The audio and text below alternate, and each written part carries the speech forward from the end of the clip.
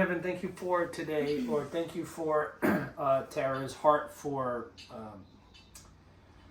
sharing the gospel and reflecting you, Lord. Thank you for your goodness. Please be glorified in everything we do today. Holy Spirit, be with us. We can have peace and joy and fun and see your kingdom advance here in New York and digitally for anyone who sees this podcast and all of Tara's other episodes that are to come. In the name of Jesus, amen. Amen. Your hair came out great, by the way. Here.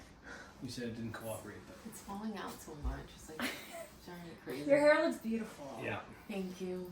Her hair's been falling out for 7 years. It has been falling out for 7 years. I have postpartum Here's hair your gum. loss right now. Is that what it is? Yes, it's I shouldn't postpartum be hair laughing. loss. After you give birth, apparently, like women lose. Like when you give birth, it's just like all the hormones and all like the. But isn't it while you're pregnant you lose less hair? No, when you're pregnant you lose no hair. Yeah, So- you're getting better hair and better nails. Yeah, your hair and all doesn't this fall stuff. at all, Yeah. and it's like. So you kind of make up for all of it. And then, I think it's just like the false concept of like this beautiful hair, and like it gets in your head that that's how your hair looks like, and then when it starts falling, it's like no. Well, that's why there's studies that are showing that like women who have more children live longer because you're keeping yourself younger longer. I hope so. Which is so interesting. People So make anyway, it. People make it till you get older when you have kids. So should we start? Are we Okay. rolling? on Yeah, that yeah. note, welcome to the Metal Magnolia podcast. My name is Tara, and I have my friends Rosa and Lucas on the show today. They are one of the many amazing married couples in my church community, and they've just impacted all of us so much, and I'm just so excited to hear. I mean, I've heard a lot of their story, but a lot of you have not heard the full story. So, yeah, that's what I wanted to do. My podcast has turned into a testimony story sharing platform, which I think is so important in these days, and like Jesus told stories to bring people to himself. There's a place for culture and theology and political conversations like within Christian community and stuff, but there's also a place to get to the heart of things and tell stories. So that's what we're here for. So we're not here to talk about Candace Owens. We're not here to talk about Candace. I came for Candace Owens conversation. So I actually am not really paying that much attention to the whole thing. I feel like it makes sense though to like once you get to that level to go off and do your own thing, right? Yeah. Was she actually fired or did she part ways? I don't know. It kind of seems like maybe she was fired because she had that last episode where she said "see you tomorrow," but who knows? Maybe she wanted to do that intentionally. I don't know. Yeah. No idea. All right. Well, there are issues within the conservative movement as well, and we all need Jesus. So. Amen. Where shall we start? Yeah. Let's. So, were you guys raised Christians or no? Dear. I was not raised Christian. I was kind of raised Catholic, Okay. but not Like culture fully. Like Catholic? culturally, I was Catholic. Like we went to church on Easter. I got baptized. We prayed to God when hard times came. My mom prayed. She had this like Catholic altar in her house where like all the saints were. And I lived like that my whole life. Or like we did in English like. I don't know if it's like, but like the candles with like Jesus' face on them. Like, do they have a certain name for that? That funny like. Yeah. Like we had a lot of those. And, like you light it up. You lit it up whenever like you had like some issue that you wanted God to interfere in. So that's kind of like my upbringing. We never read the Bible. Okay. But it sounds like your mom like actually prayed and believed. Yeah. So it wasn't that like there was like nothing like. That like, well, we don't believe that God doesn't exist. That never was something that we discussed in our house. We did know that God existed, but other than like sin and things like that, like we did not talk about that at all. Okay. So, Gotcha. What about you? Still a lot of like worldly influence, right? Just yes. kind of like, yeah. Anyway, not totally dissimilar from Rosa. I'd say like less nominally Christian.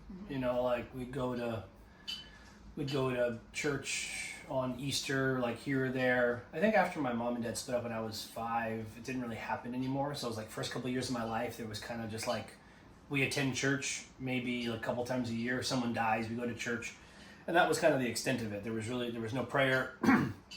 There was no, Jesus' name was not used. So like church was just kind of this like thing you should have done every so often to, I guess, I don't know, not go to hell. I don't know what the thinking was. Okay. I don't. So that's the extent of my. Otherwise, just like totally subject to the winds and waves of the world and the devil. And not a Catholic space, right? This is just more. I think they went to a Catholic church. I don't think it was like an evangelical church. It had the pews and it had the white robe priest, so probably a Catholic church. Sort of something like that. Mm-hmm. Some sort of high church, something. And it was Boston, it's a pretty Catholic area. Boston. Right, So- Irish. Boston. Wait, would it be Boston or Boston? Boston. Boston. I think more of that. Yes. I never had that Boston. accent. You know, because Boston would be Your here in sister. my Seattle. mom had the Bostonian accent. Okay. My dad did not. Okay. So I think I picked up my lack of accent maybe from like teachers or TV, because he was Yeah, I feel like your accent is very just like American. right. Yes, Yeah. right. Because he was Colombian. He still is. He's a trans. He's alive. I'm trans American. And then my mom was like that heavy Boston accent. So I didn't pick up either one of those. There you go. Anyway. And what is your background? I'm Dominican, not from the Bronx.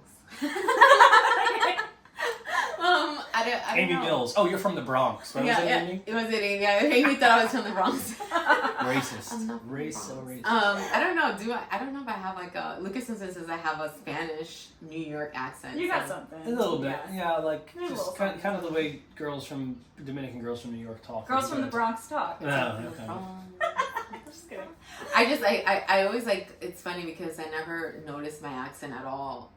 And then, Cardi B got really popular. So I'm like, do I talk like Cardi B? Gosh. I'm like, I would have never. You were Well, not you know. obnoxious like Cardi B. I would have still dated you with that voice, but it would have been harder. That's just- I was gonna say I wouldn't have, but then I realized it was not true. Okay, so let's talk about. Okay, so you guys kind of grew up knowing about God, but not really. So I became hostile to the idea of religion and Hostile. God by like, I don't know, 16, 18, 20. Like I was used to it mock just an people. intellectual like you guys are dumb, or were you angry at God? I think it was the former. I just Okay. thought it was like, I don't see any proof. I had no really religious Christian like counterbalance. It was just like I've never known him nor needed him. Okay. You're dummies. Okay. And that So was kind of the you extent felt of like my people thought. were kind of weak and just Yeah, that was silly that to was my rely. accusation. Okay, Yeah. I see. Okay, so what was like dating pre-Christ like for you guys? Like what was the were you guys looking to be married to anyone? Did you have a sense of like I should be married, or were you just like what was that like? Here. for me, I never. So my mom and my dad like split when I was very young, and my dad cheated on my mom a lot. So marriage for me was like, I don't want to do that. Like, why would I want to put myself through that? Like, marriage was very far from my mind. But it's funny because even if marriage is far from my mind, like I also wanted kids. I don't know in my mind like how would that work? Like, would I want to get married or not? So, but I obviously dated people not in the intention of getting married with them. It was just like, this is normal. We date and I meet people, and like, and if I am gonna get married, I should date as many people as I can, so I can be sure that I want to get married.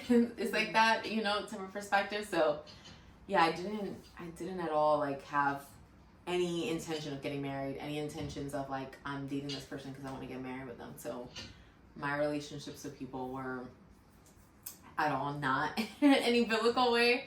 I also like slept with my partners, so it wasn't anything in that sense of like at all. It was very far away from any Christian like dating or thinking or so. Well, it's normal to just You have to normalize it. Yeah, it's like normal. It's like everybody normalized it. My mom actually was the opposite. She would tell, even if we weren't like super religious, she would always be like, wait till marriage.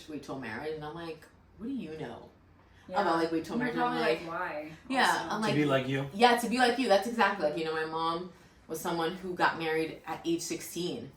And like, oh, wow. yeah, it was like, she got married at In age DR. 16 in DR. I was gonna say, is Yeah. that legal in New York? I guess some people did get might married. make it here. again legal again, right? There, In the United States, I think people did get married though at like If you- very I young think it's legal in ages. some states. if you can consent to body modification, why wouldn't you be able Why to would you consent be to able- marriage? there's so many- It's coming back. Yeah. So my mom got married at 16. Yeah. And then like, she was with this one man for like, as as long as, like, I know they got separated when I was 3. So my mom was... I'm asking all these questions. Was there an age gap or was he the same age? There was an age gap. There was, like, a major age gap. Like how major? Like, my dad was already an adult.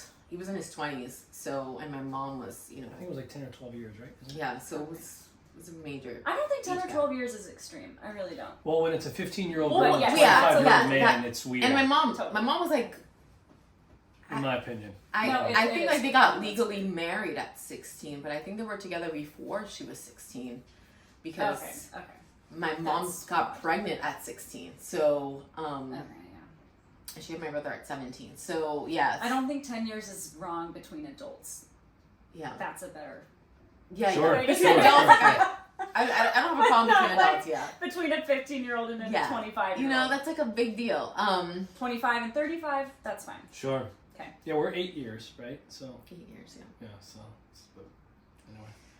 But even sometimes like that, it's funny because sometimes I'd be like, oh, I was in the 3rd grade, and Lucas is like, I was like in high school, and it's like it kind of sounds weird, right, when you think about it that way. It's like, oh, it's the 3rd grade and you're high school. Like, so yeah, just like my mom going through all that stuff, I'm like, why would I listen to you when you like your life is like this? And like, you know, it was really harsh. Because I'm like, I don't want to end up like you. I want to have control over like what I do and who I end up with. I don't want to be like, in a way, like I feel like she didn't have control because she married so young, and like, you know, this happened, whatever. So yeah, I never was dependent on him since she was a child. Yeah, she was dependent on him since she was a child, and then, you know, my mom had a hard time when they got like separated. So I'm like, I don't want to be like this. Like, I don't want to wait till I'm married. I'm like, why would I waste this like gift on a man that might walk out on me?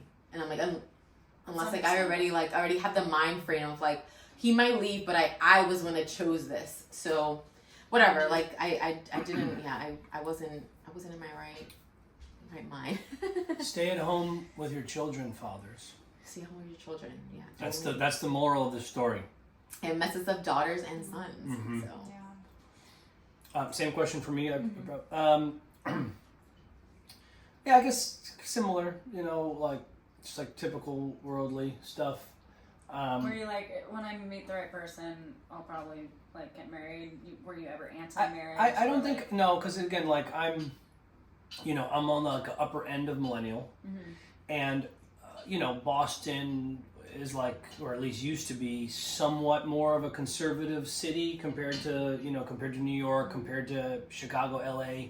So just like you assumed you would grow up and get married and have kids. Yeah. I just didn't fall into that world. And I also went to a really traditional high school. So I don't remember anything about like wokeism, liberalism, like, you know, down with the, like none of that stuff infected me in my earlier years. So it was just still assumed, yeah, you'd grow up and you get married and have kids. And like, I wasn't hostile towards that idea. But like basically any secular young man, it was like, yeah, I'll get married like if she does all the right things, which would never happen, right? Ever. So it was like I was setting myself up for just like total disaster. Yeah. You know, it was kind of weird because like it's interesting when you watch like the slope of society, because I had a handful of girlfriends over my 20s, which like in my time was like semi old fashioned, because I didn't like change girlfriends all the time and I didn't have like one night stands. But it's like, it's just funny how it's all well, we try to make things relative, because I remember at the time thinking to myself, yeah, these guys do this and that, and I'm like, I'm way better than that, because I would never just like go out to a bar or a club and meet a girl. Hook up with her. To this day, I've still never been to a strip club. Okay, I refrain from that. I was like, just always kind of funny, kind of gross. Anyway, but you know, 30 years ago, it is a weird thought to think of like being with a bunch of guys all getting aroused at the same time. Like, it's just a little gay to me. I'm like, this is weird. It's weird. It's yeah. We could call it gay. Anyway, I'm not against that, or at least like bisexual. Like, it's bizarre. Yeah. It's bizarre. Okay. So that was dating for me. Like, I wasn't against marriage. You know, I did kind of prefer like longer term girlfriends than like, but all of my past relationships were marked by like, okay, you've become annoying, so like this probably isn't going to work out. Oh man, that's kind of hard. You become annoying. Okay, so all right, let's fast forward. You guys met. Were you starting to come to the Lord at all when you guys met, or were you still pretty worldly at that point? I had a breakup with my last girlfriend before Rosa that ended up, short version, like getting me to church, and that's when I first met the Lord, or at least I encountered the Holy Spirit that day, and that was about a month before Rosa and I had first met. Okay. So I hadn't seen or spoken to her as an unbeliever. I was like brand new. It was like 5 minutes old. Okay. Baby Christian. Brand new. Yeah. I still didn't even know, like, where does Jesus fit in all this? Like, okay, now I believe there's a God. What about Jesus? Okay, Whatever, so I'll really figure it quick, out. before we go into you guys meeting, tell us about the experience of you encountering the Holy Spirit for the I first didn't time. want you to ask. Oh, you didn't want? I was like, I'm going to give the short version. Very short. So, okay. Well, this is important. Yeah, no, fine. I know, it's part of the reason we're here. So, I have this, like, 4 year long relationship girlfriend. Just like, whatever. I got annoyed with her. She kind of started getting annoyed with me. It just kind of like it imploded in itself. This was March 2016. And I got super depressed, and I was just miserable, and like just kept thinking about suicide. I had a somewhat new job, and it was just brutal. I was miserable. Anyway, before the breakup, there was just like this typical, in a good way, older black woman from Georgia, has like Jesus is Lord sticker on her door, and she'd lived in my building, in my hall.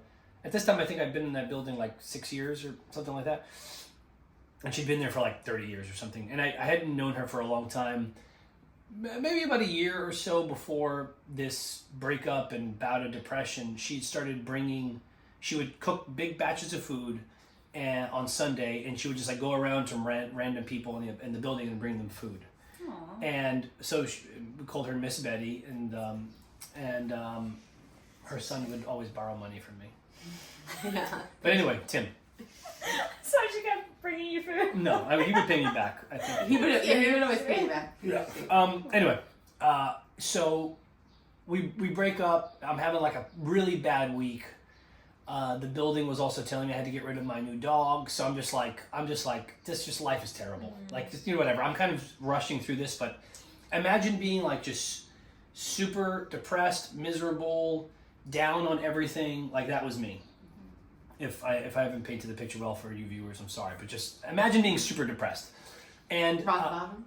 yeah, you could say rock bottom. I mean, I still had a job in a house. But anyway. Not a midlife crisis yet. No, I was 29? 29? So 29 or 29. And so she comes over on Sunday, and I come to her a couple days later, like, Miss Betty, you brought me the food. I felt guilty taking 2 plates because for my ex-girlfriend, and she was like, no, it's okay. I kind of thought, like, I haven't seen her around, blah blah blah. And I don't remember exactly how we got into the conversation, but I basically told her, like, it's been hard. I've been really depressed. And then she said, let's go to church. There's a Friday night service. And my depression persisted. And you can actually check this in the Weather Almanac, which I have checked as I think back on the story to verify myself. There was 6 or 7 days of just straight cloudiness and rain. And the Friday we went to church, it was the first day finally, there was like, there was sun. And this was May 6th, 2016. So again, you can verify this. New York, it's true. There was 6 or 7 days. And then that day, I was okay, nice weather, whatever. Anyway, so I'm still super miserable. I'm just like constantly thinking about suicide. And it was like kind of like all I could think about. And it would be like the only thing that would kind of like get me through hour to hour. It was like, well, you could just go home and kill yourself today. Like if you really decide it's just enough, you're not very far off from being able to do that if you want to. Anyway, So that Friday was the same kind of thing. And I remember walking to church with her. It was like 5 or 6 blocks away from our apartment. This like kind of, I don't even know what to call it. Just like, again, like a Southern black church, red carpet, uncomfortable pews, incense kind of thing. But anyway, so I remember walking there and thinking to myself, this will be a break from my misery. It's like, it's kind of like putting on a movie. Yeah. I just gonna like unplug my brain. That's all I was expecting. Be outside yourself Just be outside of myself, yeah. and I'll be with a guest who I can't just be like totally miserable around because I'm not that comfortable with her. So I can't just be like, slunched over like you know what I mean? Like you have to kind of put on a little bit of a show. And so we're getting to the door. Service is starting. It was a Friday night service, and as soon as I started getting into the door, I heard the brother and sister teenage choir that they had. There was like 3 people on their choir. It was a drummer guy, maybe 4, I don't know. And then this brother and sister, 15, 16, 17-year-old duo they were like the only singers. So I was hearing them, and I started smelling the incense. And I don't know if most people are like this, maybe men more, I don't know. But when I do like a really intense exercise, like swimming, and when I'm done, I can feel like my chest muscles have relaxed, like I can breathe better, like whereas like I feel like I'm holding tension there and then it's been released. Okay. People hold it in different areas, their back or whatever. Mine often is my chest. And as I'm walking in, I started feeling that relaxation, and I'm like, oh, I guess it must be like the incense. Maybe it's just like really strong incense or something. And then we go and sit down, and I'm still feeling it, and it was like I could feel it more and more, and I kind of was ignoring it and just listening to them singing. And then while they're going through worship, I heard, and this is like the simplest thing that like anyone could tell somebody else, but I heard in my head, the way you've been living is all wrong. And then I just sat there like trying so hard not to just like weep like a baby. And like that's all I heard. And it's not a very useful thing to hear. It's like, okay, now what? But just something about it was just obviously fully true, and like I didn't have any resistance to that at all. So that was I don't remember what the sermon was about. I couldn't ever try to remember or take a guess, because I just sat there like wrestling with not bawling and trying to kind of think about like what that meant, and that was my encounter with the Lord. Wow, amazing. Yeah. Thank you for sharing that. Yeah, just not. Thanks for going there. And just imagine like someone walks in like, yeah, the way you've been living is wrong. Peace out. But obviously it was the Lord, because who else could say something so concise? He speaks so simply. And so it wasn't encouraging, but I still somehow was set free, right? Like at the same time. Yeah. And I didn't feel I didn't feel embarrassment about being told all of this has been wrong, bro. I didn't feel bad about it. I felt relieved. So I don't think I even knew what the Holy Spirit was at the time. Yeah. Now I know it was him. So that's so cool. Yeah, it was very cool. Thank you for sharing that. May 6th. That's my anniversary. May 6th. My May is a good month. May. Well, 360 days later, Odin was born. Incredible. Look at that. May 1st. That's our first son. Yeah. Okay, so after this moment, baby Christian maybe kind of definitely encountered the Lord at that church. Also, like, how amazing that woman in your building. She's probably praying over you for years. Mm-hmm. And what an amazing way to like. It doesn't sound like she was evangelizing to you. Not that that's bad and we shouldn't do that, but it sounds like she was just loving you by giving you food. Mm-hmm. And then when you were in a place to be open, then you went to church with her. Like, I think there's something to say about just tangibly loving people around you. That's right. As Christ would love you. Not that there isn't a space for apologetics and telling people about Christ verbally and telling people the gospel, but just loving and praying for people is so powerful and so effective, and we should not underestimate it. Yeah. That's been a topic in the house the last couple of days with amazing. Just like something with my sister, something with a neighbor, whatever. It's just, it's crucial. And, you get busy. I mean, I love church people. I love the King's people. I would probably die for most of them. And I love investing as much time into them as possible. We just got to figure out how to, like, what about our neighbors that don't know the Lord? Yeah. And, like, I just got to make time for it. Yeah. You know, I'm sure if I accumulated the 30 minutes a day that I waste on Instagram, I could shift things around and have a dinner with some of them. Like, whatever. Whatever. So. Those are really good things to think about. Yeah. I mean, I'm guilty of the Instagram stuff too. Sure. All content creators who are like trying to like tell people about Christ online and, you know, use their gifts, whatever gifts of communication. It's easy to like forget that there's people right directly in front of you in your immediate vicinity that are not like online in the metaverse or whatever. That's right. Okay, so a month later, you met Miss Rosa. Tell us the story. Go ahead, yes, please. Why don't you talk for a second? You interject whenever you want. Sure. Yeah, you can interject. Okay, so I knew about Lucas way before he knew about me, which is always a topic.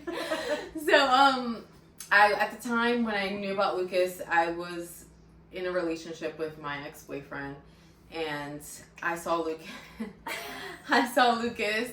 And I don't know, I was like, it's so funny because I'm blind, I'm supposed to wear glasses. I can't see from far away. So I went to pick up my ex-boyfriend at work, and Lucas was his manager. This is my last public appearance without my new face. I have glasses coming. They're getting really? my vision's very bad, apparently. Oh, no. He just have glasses now. I'm supposed to wear glasses too, but I don't wear them because I don't like the fuss of like having extra stuff to do, like to put on. Yeah. So anyways, I'm supposed to wear glasses, and I see Lucas. I went to pick up my ex-boyfriend at work, and Lucas is like his new boss, and he had really bad stuff to say about Lucas all the time. So Lucas is like standing right under like a light. Too handsome, too smart, too funny. It was so bright. Yeah, Right, he was probably into probably. Well, he did say that girls aren't like him at work. I don't know why. Like, you know, he was like talking about like girls at work that liked Lucas, and Lucas like.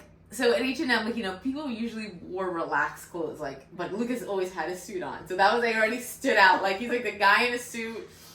So he's under like light, and I can literally not see his face at all, Tara. It's like I could only see he has dark hair, his eyebrows, and his beard. That's all I saw. And it's like very white skin. Like you couldn't even make out his eyes or anything.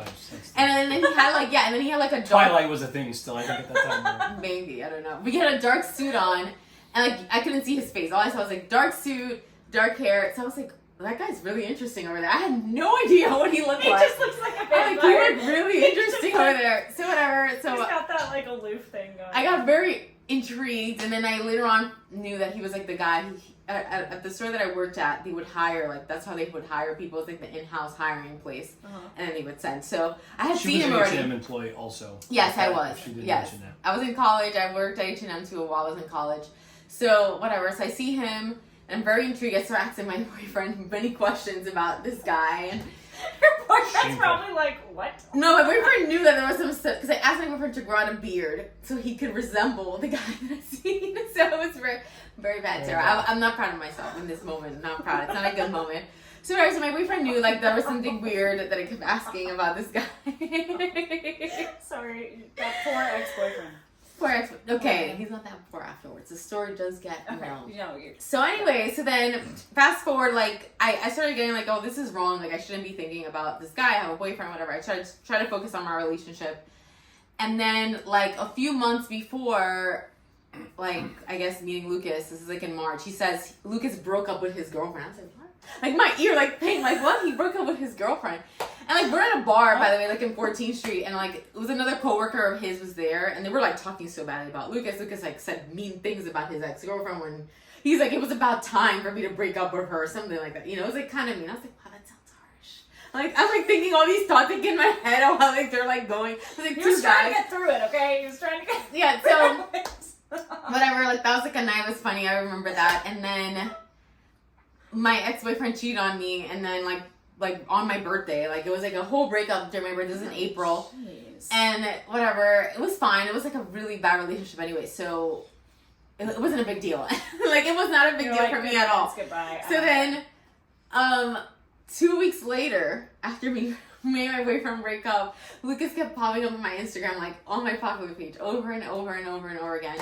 I was like, okay, maybe I should write him. I'm like, I know him. He doesn't know me. But I'm like thinking, like, how do I write this guy? So I was isn't it cool that Instagram used to put people on your Explore page that you would know? Yes, like one or yes. two connections I don't away. even remember that. Yeah, They it was did like, that. yeah. So They if don't do someone that knew, anymore. yeah, if like people followed him or someone liked. Don't forget, this is 2016, it's 8 years Yeah, ago. 2016. Yeah, so it was like Wow. usually a public page were people that you knew or people that like one or two away. Yeah, like so followed it was, by, like if you followed whatever, Ruth from church, and I didn't follow her, it would she would rec- pop it up. would Yeah, recommend so her. that's how it used to be. So Lucas kept popping up on my popular page because he had a lot of people that I knew like in common. Mm-hmm. So I was like, okay, I'm like with my friend at a bar. I'm like, how do I write this guy and not sound desperate? Because I'm like, I've never written a guy before. I'm like, this is the first time. So I'm like, how do I sound? And it was like so many corny lines. And I was like, okay, I'm just gonna write him like, I know you from somewhere, or I know you from. And I'm like, I sent it, and it was like, you know, like that. Wow, like, so feeling of, like, you instigated. yes, I did. I You didn't. started this. See, now this is part of the reason why you and I sometimes debate about women making some sort of first gesture, Yeah. Yes. Yeah, right? Like, you because know, it's still up to a man to decide. Yeah, he's, you know, it was up to him. which, you know? which I mean, you can call me biased, but I think we struck the right balance. So she put that gesture, and then I started to pursue her. Yes, Yes. he did. And men, she That's said valid. she said no the first time I asked her out. I So, did say no. I this thought it is was a- too quick. this I was is a like, I was lesson. not ready. This is a lesson. And He when you- jumped the gun on the story. Well, sorry. Yes, go ahead. Continue. Wait, so what did you send him? You said. I sent him, I know you from somewhere, but I'm not sure from where. That was like the only thing Okay. I could come up with that was like not too much. And then what did you say? And then Lucas was like, I don't remember. I don't, like, it was something like, I don't know verbatim anymore, like the conversation, but it was something like, I don't think I know you from anywhere. And it's like, are you sure?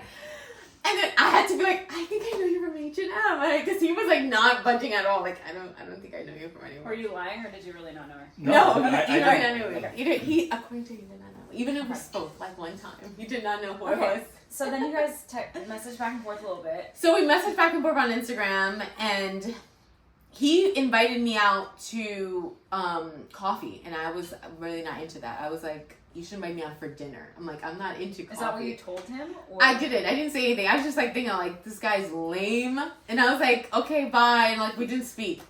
And like, I put up a story of like me at the bar Just with my friend. pause for a second there. I just want to clear the record on this. Rosa had almost no pictures of herself on her Instagram. I had never met her in person. I had all pictures of myself with selfies of my face. Yeah, well, just Selfie. I'm in the presence of two ladies. I'm not going to get into You it. can't tell. Selfies everything of from face the is selfie. not enough. Yeah. For a man to say, I will take you to dinner. I had one picture of like my full, but only, Yes, and only it wasn't selfie. it wasn't your best photo ever. It wasn't a bad photo, but it wasn't your best photo. It was like it was. I understand. It was like in the middle of the sidewalk, and I was kind of moving in the picture, Yeah, so it yeah. wasn't even like it wasn't a still picture. So anyway, So you posted something on your story that you saw. but yeah, so I didn't think dinner was appropriate for someone who I didn't know, You and I didn't couldn't even know really what she know. looked No, like. at that time it wasn't even stories. It was posts. At that time, Instagram still didn't have stories. So I posted like a post of me going out with drinks with my friend, Mm-hmm. and like he immediately was the first person to like it. And like I messaged him and said, "You see, I don't like coffee." And like that's the first. And then he was like, You were so. "Yeah, it was so funny." And then I guess he got like the memo with that. And then we were like, and then he was like. He made like this, like, oh, I'm eating dinner right now. Here's my number. I'm like, I didn't ask you for your number. I'm like, you're like way too much, like right now. I'm like, I didn't ask you for your number. I was like, and I was didn't like want with to sit my on friend. Instagram. You're like, what do you want? Yeah. I didn't mind writing her, but I didn't like the idea of like I felt like a teenage girl like Right. DMing someone through Instagram. Text me or call me. That's fine. But like This is like the best story ever. yeah, it's So just- I'm like with and my I friend. remember this moment very Yes. clearly because I had my dining table in my studio against the wall right next to my kitchen. And my chair, like kitchen, I remember this, and like I had the phone right there, and I just was like, I don't want to be in my I'm like Instagram. out at a bar this whole time with my friend. I'm like talking to her and talking badly about him at the scene. She's like, look at this guy, like, give me his number. Like, he's so desperate. Like, look at him. I'm like, but I'm like, I'll write him. And then I was like, what are you eating for dinner? And type of like thing. And he's like, I'm eating fried chicken. And I was like, It was caridad. It wasn't fried chicken. No, it was fried chicken and mac and cheese. You said it was leftovers. I remember this very well. Fine. That could be true. He's like, I'm having leftovers. And I I'm had okay. caridad so much at that time. So whatever. So we talked for a while, like for a few days, and he's like, "Oh, I'm going out like with my friends on Friday. I'm gonna be near you. Do you want to go?" I'm like, "What?" I'm like, "We've only been talking for a week. Like, relax." It was like too soon. Okay, And I was like, I'm like, this is great. He's finally asking her out. That's good. Another lesson. She first didn't like that I didn't ask her for the right thing, and then when I asked her for the right thing, she still had a problem. So again, this is just another lesson. Women don't know what they want. Men be patient? Is that the Men be lesson? Persistent is the word I would Persistent. use. You know, like don't get flustered, don't get discouraged, don't be a punk. You know.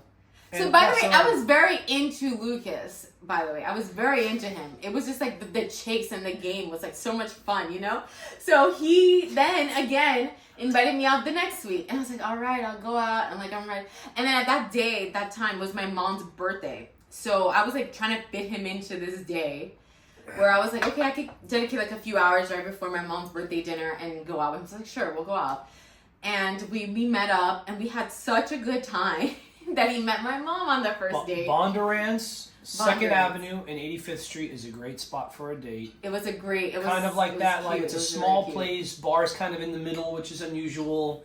You know, rustic vibes. You know, the kind of like coil light bulbs and the wooden. Yeah, it was wood, and it had open. It had like an open. The front would open. It was rainy. It was very rainy that day.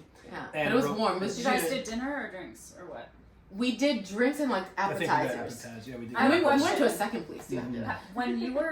When you date, do you ever offer to help pay or no? I did offer to pay because. What do you think about that? Do you think women should ever even offer or just assume? He did not let me pay that. Which is good. Because I've gotten into conversations should women offer? So I always think a man should pay. For sure. Like, to me, it's a serious red flag if he's like, okay, yeah, let's split it. Yeah. However, should I as a woman assume, like, should I not even, like, offer at all? Like, should I assume you're paying? Like, I think I should, but also I know that turns a lot of guys off, even guys who say they're conservative. Turns them off that you don't offer? Yes. Offering is kind of just just generally it's not a bad gesture. Right. I don't think you can really go wrong either way. If you get turned off by a woman not offering, I don't know. I'd be kind of suspicious of him. Yeah. Yeah, kind of like yeah. But like, do you think that women should I don't offer even though they don't really? I like if a woman asked me my opinion, I'd say use your judgment. And just, pray about it, especially if you're a believer. And if the Holy Spirit tells you should offer, then do it. I don't think it's terrible to offer. I definitely don't think it's bad not to offer.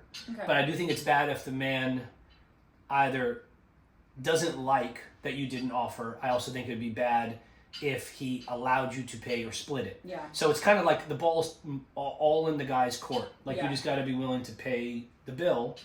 And that's it. Like, and if she offers or doesn't offer, your actions got to be the same anyway. Because one could argue that a woman is really in her feminine by not even attempting to offer. Yeah, that's why I'm like, yeah, that's fine. But a lot of guys are turned off by that because I think the rules are so weird and it's gay. It's gay. It's a secular part because I felt bad because Lucas we went to 2 places that night and I was like. Kind of felt like, oh my gosh, I think you offered the second time, definitely. Did. I don't remember the first time. But yeah, so we had fun at Bondurant's. We went to Supply Chain, which is just around the corner. It's we ate there. We had wings and whatever. And it was kind of a rowdy place. I think she offered to pay at that time. And then we went to a third place, which is my mom's dinner. And I didn't even eat because I got so tipsy off of craft beer. I never had craft beer. It was my first time. And I had 2. Yeah, those go up in the 5s. Yeah, I had 2 and I'm a lightweight. I think the ones we ordered were 8 and 9. Yes, they were really strong. So it was because I got really wasted with those drinks. Thanks. And I think we went to Supply and we also got drinks there too. Yeah. So you might have had 3 or 4 strong beers that day, which for me was whatever. I was used to that. For me, no, I've never been a drinker, and before. Oh, so that was a lot. Yeah, and then before, I went on a date with Lucas. I was sick for 4 weeks with a stomach bug, so I hadn't really been eating properly either. And like it was like so much. It was a bad decision. And then when you we guys got had a great time. we had a great time. And then he met my mom, my sister, and my mom's boyfriend was there.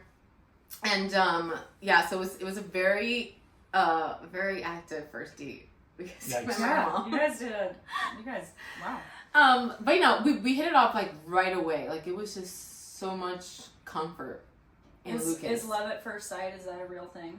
I had love at first sight. I don't know if that's a love. I don't know if men really have that. Yeah. Maybe Love they at do. first sight. Maybe they do. I don't know. It could have been. Have you ever connected with someone like her, like right off the bat? You can be honest, Dad. I don't think so. No, I mean, I haven't thought about that, but I don't think so because I could remember my 2 prior relationships. I had been around the women for at least several weeks, if not several months, and never really remembered like being interested at first. So maybe it helped that our first interaction was specifically already a date. Maybe I don't know. Yeah. Because I still didn't know what you looked like really. Going into that date, You said cute as a button. That's the thing. When I walked in, I was very like I was so insecure about us like meeting each other. I remember like being super nervous about it like the day before, and my sister like I was like, oh my goodness, like he's not gonna think I'm pretty. He's like not gonna be. My sister's like, no, and I'm like I'm so nervous. And I remember as soon as I walked in, he said, oh my goodness, you're cute as a button, and he like got up and hugged me, That's cute. and like I was like, Okay, we're good. we're good. And then like even I was so comfortable. Like I never got this comfortable with anyone before. But I was like I remember like just stroking Lucas's back of his neck like the whole time. Inappropriate. It was it was just so comfortable. And I had a different haircut, so it was like buzzed Okay. along. So that I think she liked the buzzed thing, and I want to go back to that, but she doesn't want me. But I remember just like feeling so comfortable. Like if I knew this guy for such a long time, and I didn't. Maybe it was from a past life. What do you think about that? Maybe. We can't say past No, lives. we definitely don't believe in past lives. I remember at the time thinking like maybe I do know about past lives. Well, right. Because the comfort level was so strong. Listen, like raw chemistry is a real thing, you know? Like Well, Bethany's dad basically says that as a man, out of like 50 to 100 women, I'm kind of paraphrasing, I think, what he said. You could find, if you were single, you could find a wife. totally. And then there's like some compounding effect that out of 1,000 women, there'll be one who's like significantly better than the rest for you as a match. So yeah, I mean, you know, these things happen. Things to think about. And then we went on our second date like just a couple days. Yeah, after. we were going on dates like after that, like almost every few days, and then at the time, guys, I'm not a Christian yet. Okay, don't judge me. I used to I started staying at his house. Like I literally moved in, and he was okay with it. So like I literally moved in like what was it like 2 weeks in after our relationship? To a month, something like that. Yeah, like to a month. Like we were just spending so much time together that like it was like no point of me leaving or like us separating. And I remember like Lucas had to go to work at 6 a.m. and we would be out till like 3 a.m. and he had to like wake up in an hour, and it was like so intense. What a whirlwind quickly. romance. Yeah. This is like a movie.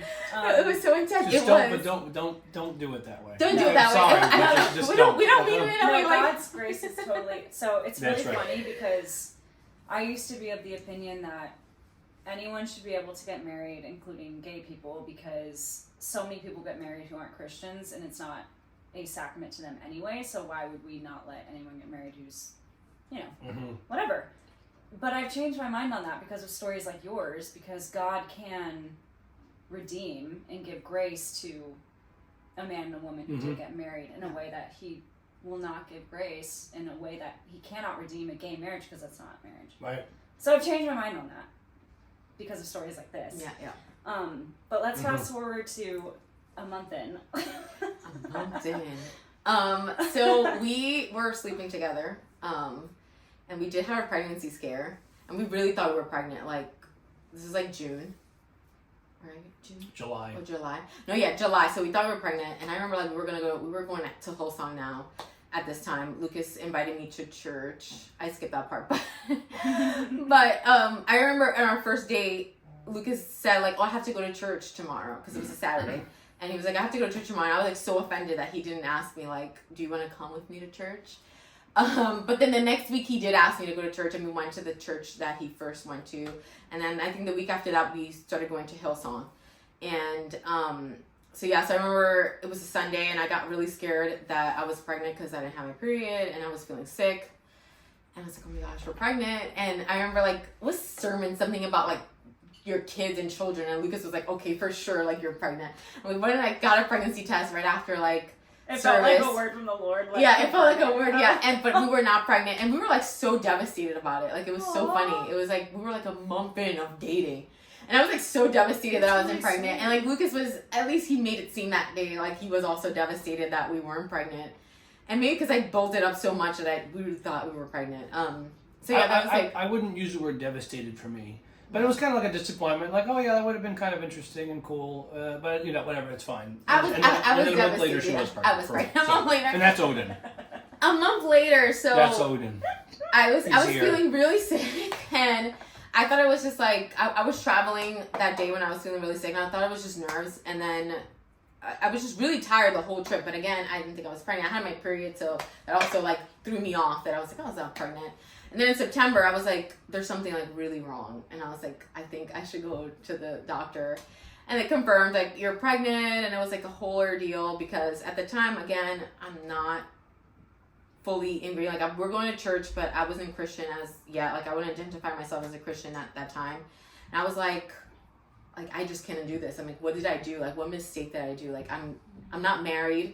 Like, this guy, like, I know him for, like, 2 months. Like, he might walk out on me and the baby. And I'm, like, so angry at myself because my mom, when I was being raised by my mom was a single mom. So I was like, I'm going to be this person. I'm like, the person who I did not want to be, I did it to myself. And then I was, like, so devastated. I called my mom. At the doctors, like, they were like, would you want an abortion? Like, that's the first option that they gave me. I was like, maybe that is a good idea. Maybe I should get an abortion. But my mom always was against abortion. So, like, in my mind, I was like, this is wrong, like, to think about getting an abortion. So she's the first person I call, and she was like, well, we'll take care of the baby. Like, why would you, you know? So my mom had me secure and, like, it's going to be okay. Even if, like, he decides not to stay. So then I call him afterwards, and, you know, Lucas was very supportive. At the time, obviously, Lucas was also a baby Christian, so he was like, it's up to you, your decision, though. Like, if you want to keep it, if you don't want to keep it, I'll support you, kind of, like, talk. And I was like, you know, I want to keep it. Like, we're going to keep it. And after that, like, we were full on, like, we're going to be together. We're going to have this baby. Wow. Rosa broke up with me once while she was pregnant. I did break up with Lucas. That was for like 5 minutes or like an hour, like a day. I don't remember. You were like, oh, she's just pregnant. Is that what you thought? I didn't know. I wasn't sure. We were having like arguments. We were having arguments already, and I was like super not sure about like, oh, this is the right thing. Like, if we're already having arguments before the baby's here, like, this is not gonna work. And I was like, I need to like leave the situation. And like I kind of like broke up with him for an hour, and but then he came home. He wasn't even home. I was in our, you know, his apartment, our apartment, you know, Delbert, our apartment. And like he came home and like we had a talk. And I was like, okay, it's gonna work. We're gonna have this baby. We're gonna be fine. Yeah, that's true. But yeah, it was rocky. It was definitely rocky. Like figuring out like, you know, our relationship and how to go forward. And you know, to Did you guys get married before you had Odin, or was it? No, it was a while after. It was after. We got married. Pregnant with Amara.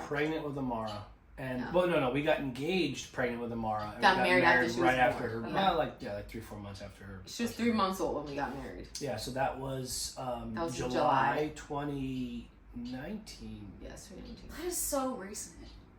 Yeah. Wow. Guys, that's such a whirlwind story. It's also 5 years ago at the same time. It's recent. Kind of but like, not recent. yes. It feels recent, to Yeah. be honest. Like everything in our, like, we've been together for now, it's gonna be 8 years. 8 years. But it feels like, Wow. it feels like it's been like very quick. Like, It's an average of 2 babies per year. Yeah, it feels like a blink of an eye. It's a lot of output. Do you guys remember, so I think it was like, how old is Sayla now? She's like 6 months. 6 months? Okay, so like over a year ago, I was posting on my story venting about dogs. I think. Dogs, yeah, it was dogs. And I was like, what's the point? Like, because once you have children, you can't even pay attention to the dogs, something like that. And then like Rosa responded to my story and was like, "You're so right because we have a dog, we don't have time for him, blah blah blah." And then I reposted her comment and was like, "See, she's got 4 kids, people." And you were like, we have 3. Are you prophets? I was like, oh, maybe I am. Well, and then you guys found out you were pregnant. There's been like 5 or 6 people recently who've all said we have 5 kids, like back to back to back. Like no one says 4. No. Anyway, so I definitely think there's going to be more. Is she pregnant right now? We don't know. Anything's possible. Anything's possible. It can be possible. Just could be. I feel like I'm always pregnant. But back to my point before. Yeah. This is exactly why I've changed my mind on, the legality of gay marriage, because your marriage is redeemed through Christ. So okay, when did you guys like really give your lives over to the Lord? Would you say like? It seems like you guys were kind of in a place of like that God is real and like He cares and all this stuff, but like you hadn't fully surrendered your life and your lifestyle to Him yet. So when did that shift happen? I wouldn't describe myself like that because at Hillsong, as you know, they don't really teach about sin. No. So they don't disciple very well. They're good at evangelism. So I didn't really know that us living together and sleeping together was sin. I didn't know that. It's wrong, yeah. I just didn't know it. Yeah, I remember like we would excuse it.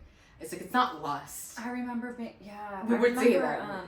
We're a committed relationship and we have kids and we're going to get married probably in the future. I remember being so frustrated by stuff like that because I've been a Christian my whole life and it wasn't coming from a place of like judging people. It was just coming from a place of like, how do they not know this basic thing? Like sex before marriage is wrong. Like how do people not know this? And they're serving on team. How does my choir leader not know this? She's living with her boyfriend. How is this okay? It drove me insane, the lack of discipleship.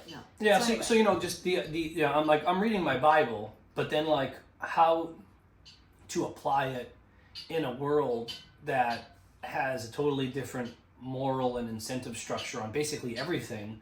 I just didn't know. Yeah. And it was probably like I don't. I'm kind of estimating here, but it might have been 3-4 months, maybe 6 months at the most, that before I proposed to Rosa, which was February of 2019. Let's maybe say about 6 months, that I started to have a conviction of like, maybe this is wrong. Okay.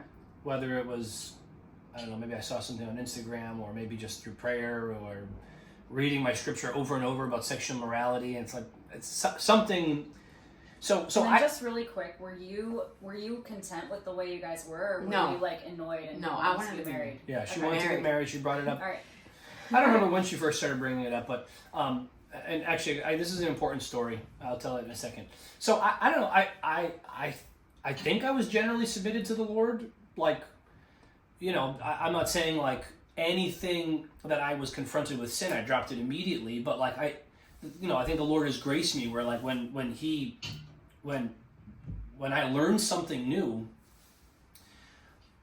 I more often than not start to fall in line on it. Like that's the best way I can put it. Yeah. I don't think it was like he's real, but like I want to keep this topic for myself on the topic of our premarital relations. It was just like, God's real, and I'm sure He wants us to get married in the future, and that's cool, that's fine. But like that's it. Yeah. So when it was just us three, me, Rosa, and Odin, we had still persisted in just kind of like general bickering. And I wrongfully still sort of believed that counseling or therapy was useful, which I just generally think it's not anymore. I think sometimes, very rarely, a Christian counselor can help. Right. She was Christian. But even within the Christian counseling. Right. It's not unlike churches where you have a lot of bad pastors. Wild West. Right. Yeah. And then there's a couple really good ones. Mm-hmm. So we had a counselor, Nora, who we just kind of got together in front of her and argued for a couple months, and eventually she said, I think you guys should split up and just like co-parent Odin. And bad. Rosa made it clear that she was not into it. But I'm like, I don't know what to do about this. So I'm like, I'm entertaining the idea. I remember very specifically one morning getting ready. What were you guys bickering? Just like living. Just like normal you're not cleaning up, or Yeah, like you said that rude. Why are you being mean? miscommunication issues and Yes. like responsibility. Well, yeah, and also again, like I didn't understand fully the role of a husband. Granted, we were not husband and wife, but in my mind, that was kind of like how I should have been acting. Right. And I was still like, she should be doing things to make me happy before I'm nice to her or nicer to her. You guys, yes, okay. And I'm sure so many people fall into that, like who aren't Christians, because there's no sense of like sacrificial love. no duty, no sacrifice, sure, all that stuff.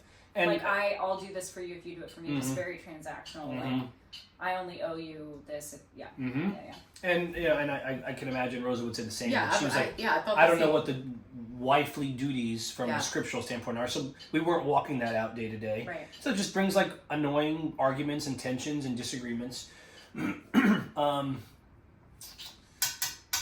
So I'm entertaining this idea of splitting up, and Pastor David was teaching on Malachi 4 at the end, where it's the passage, the hearts of the fathers will return to the children, and that was probably, that spirit is probably what the Lord used to keep us together at the time, because without... You were at Hillsong still. Yes. How'd you find Pastor David? No, I'm saying that I didn't know the scripture, but the Lord was still turning my heart toward Odin. Oh, I see.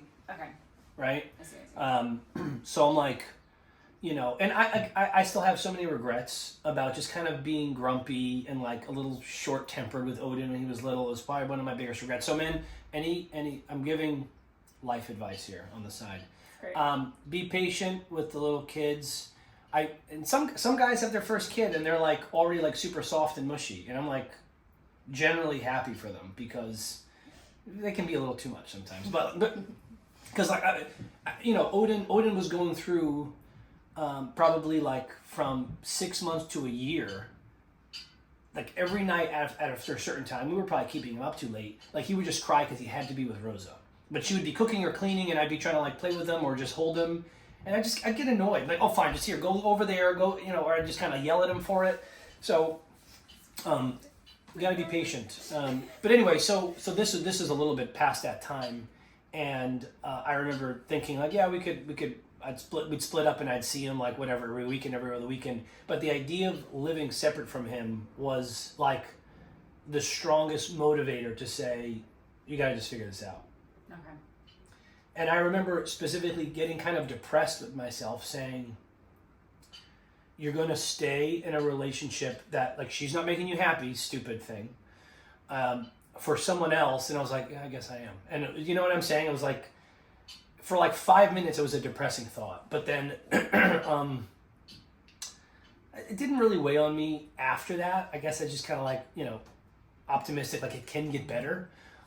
But that was like, the last thing was like, can I really leave Odin? Like, I guess I can't. All right, fine. So anyway, that was kind of a sidebar, but that was an important sidebar. Because it was like typical boyfriend-girlfriend stuff when you're not a believer. Right. But we had Odin. Mm-hmm. So really, like, Odin was kind of what kept you guys together, you think? Likely. Ultimately? It's likely. Okay. It's likely. And this Yeah, it is. Christian counselor was... Not useful. Yeah. But and also I will say, Rosa's moral clarity on that topic of co-parenting helped, because she just said like, I'm not doing that. Good. And like I was like, I wasn't sold at like the first like whatever couple seconds or minutes or days, I don't remember, over the course of like when she first brought it up to when I came to that conclusion. It was a relatively short time, maybe a couple weeks or something. But her saying like it's not really an option for me, I added to it. I mean, in theory, I could have just still like said, too bad if you don't want that. That's what we're gonna do. We're gonna follow you to the depths of the earth. But so Rosa's mom instilled some good moral teachings. Something there, Yeah, and some of that stuff, some of the stuck. Okay, a lot of it. So when did you guys like really like surrender fully your lives to the Lord, like just living for God? So my point is, I think for me it was kind of like a gradual thing. Okay. Yeah. I think the Holy Spirit has been with me ever since that first day. I do too. Because it was like I would keep surrendering stuff, like right around the time of our meeting, like pornography gone, like it took whatever, a little bit of time, but like I'm not talking about months or years. Yeah. And I mean for most men that's a huge thing. Yeah. Huge, like some men in the church who grew up as believers still struggle with this. Anyway, so I think my transformation from being just like a secular whatever guy to being, as much as the Lord will grace me with the ability to be a husband the way He wants one to be, just kind of happened over time. Yeah. It was like a big moment for me was around the time we got engaged. The thing that sparked me to propose to her and to buy the ring. This might have been like, I don't know, maybe the fall of 2018. I remember just being super annoyed with her one night. I even still now, I mostly sleep on the couch because I have a snoring problem that she just can't tolerate. Which was most of the reason why I slept on the couch then too. But anyway, so I'm on the couch and I'm just like so annoyed with some nonsense from that day. And I'm like, I rarely lose sleep over anger, but that day I stayed awake fuming, annoyed with her, like just fuming. And then I don't remember if I started praying, but I do. Sleeping in the next room. I do remember the Lord. I think I could see you on your phone, actually. I do remember the Lord putting on my heart, you need to think about her the way I think about her. Mm-hmm. And I was like, I don't want to hear that. But then that was when I really started, like, okay, we have to get married. Yeah. So it was like I didn't want to. I was in the middle of complaining about her. But then it was like, she's my daughter. I don't see her the way you see her, and definitely not the way you treat her. And I'm like, okay, all right, fine. So obnoxious. But so I think that was probably, if I had to put a moment of like a pivotal moment, I would say the one with Odin was big. Mm-hmm. I would also say that moment on the couch before we got engaged was big. I think even at that moment, I thought to myself, like, maybe the sexual relations probably isn't a good idea, but honestly, I ignored that. Just so, like, whatever, it is what it is. I mean, I'm sorry, I did ignore that. It's like, I made excuses, like, yeah, well, okay, I'm gonna propose to the Lord, so it's fine. Together with kids, like, I don't know how, like, how do you, well, the right thing to do would have been, go get a ring immediately, go to City Hall immediately. Right. And like you can wait a couple days or a week until it's done, and then consummate or whatever you want to. Yeah. So that would have been the right thing to do, but whatever. The Lord tolerated me. He tolerated me. So. He did not smite me. No, he did not. So I think those are kind of pivotal moments for me. I don't know. Any major for me, so when we're doing this therapy, I was never hostile against, God or, religion. So I kind of started just going to church with Lucas just because, I connected with him. I'm like, why not? Why not try to go to church? So it wasn't really like I had any deep thoughts when I went into church, like, oh, I'm going to go, whatever. I hadn't even read the Bible at all. So I started going with Lucas and we started going to Hillsong. My mom always like kind of dipped into different like religions growing up.